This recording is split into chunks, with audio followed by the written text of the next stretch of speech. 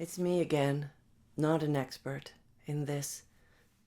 Hello, my friends, kittens and lovers. I thought maybe I'd take a couple minutes to tell you about how I found out that I am autistic.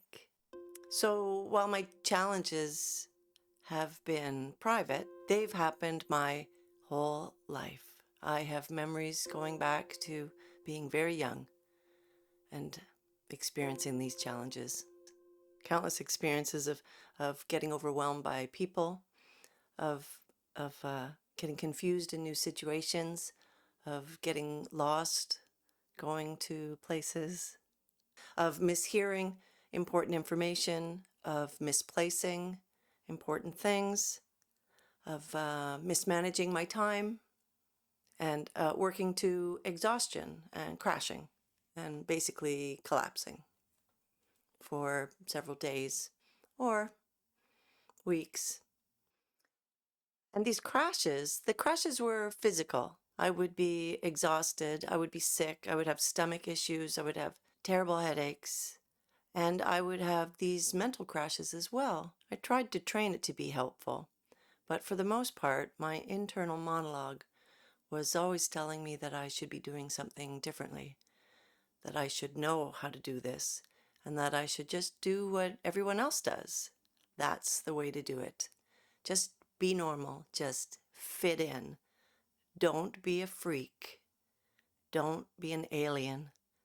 Don't be a computer. And it was so frustrating to find myself in this situation again and again. No matter what I tried, I would find myself back in this situation. Of course, at the same time, there were good things. Like I've always enjoyed words and their meaning and their sounds and their patterns and colors and fascinating subjects and fascinating people. I've always been interested in big topics, big existential topics. I've been interested in time and space and what the past means about the future. I don't know if this is why I became an artist, but I've been an artist my whole life. And that has, I guess, sort of excused some of my eccentricities, some of the behaviors that I developed to cope with things that I found challenging. I mean, I thought my problems were of my own making. From the time I was a teenager, I have tried to fix my challenges through education, through self-help, lots of books, lots of reading. Later, when I became an adult, I sought a number of kinds of therapies: active listening, transactional analysis, and cognitive behavioral therapy, and 12-step rooms, and couples therapy, and hypnosis.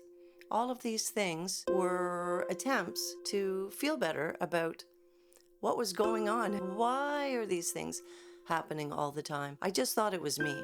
I thought I was defective, which is a terrible feeling. I thought I was defective. I thought there was something wrong with me and that I needed to be fixed. And that is not a thing that you share with other people. I was very private about that. I dealt with my problems privately. This is known as masking. I didn't know I was masking. But the crashes kept coming. It didn't matter if it was when I was on a roll at school or on a roll at work or on a roll in a relationship or on a roll in an arts project. I would still crash. When things were going well, when things were going bad, I would crash. I would let myself down. I would let other people down. And there's that voice again telling me to just get it together, Arlene. Classic Arlene. Really not helping, but that's how I dealt with it. It was during the pandemic when things got quiet that I was able to get a little bit of a glimpse inside my brain and understand that my overwhelms had less to do with what was happening externally, and it had something to do with what was going on internally. And this is where I started to learn that my traits were neurodivergent traits. The frequency, the intensity, the duration, and the effects of these traits are felt differently by neurodivergent people. I learned that my crashes are actually burnout. And the burnout is caused by masking, by trying to hide those difficulties, by trying to appear normal, try to fit in. And this is sort of when I started to learn that my concept of ADHD, attention deficit hyperactivity disorder, and autism were really outdated. At best, my concepts were outdated. I mean, I was a teenager in the 80s. In the 80s, girls weren't autistic or had ADHD. Girls were rebellious, troublesome, attention-seeking, and if they got diagnoses, they would be things like bipolar disorder or manic depression or anxiety. And sure, depression is something that I have experienced. Anxiety is a thing that I experience frequently, but I understand now that those aren't the causes of my problems. Those are symptoms of what's going on. The older I got, the more frequently I would have crashes. Because, of course, the older you get, probably the more responsibilities that you have. I became a homeowner and a parent, and I had responsibilities and deadlines, and I had artistic goals that I was trying to complete. And those things all presented challenges that were, I don't know, what's the right phrase? They were challenges that were challenging for me.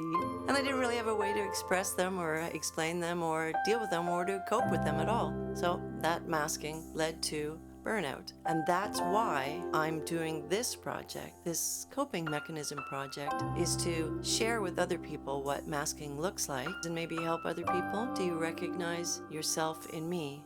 I am really happy to have this information, actually. It can be depressing when I have a crash and I think this is never going to stop. But overall, in this past year that I've been living as a diagnosed autistic person and trying to unmask, I think that I generally feel better. I'm still crashing, but I generally feel better. Definitely the voice in my head is kinder.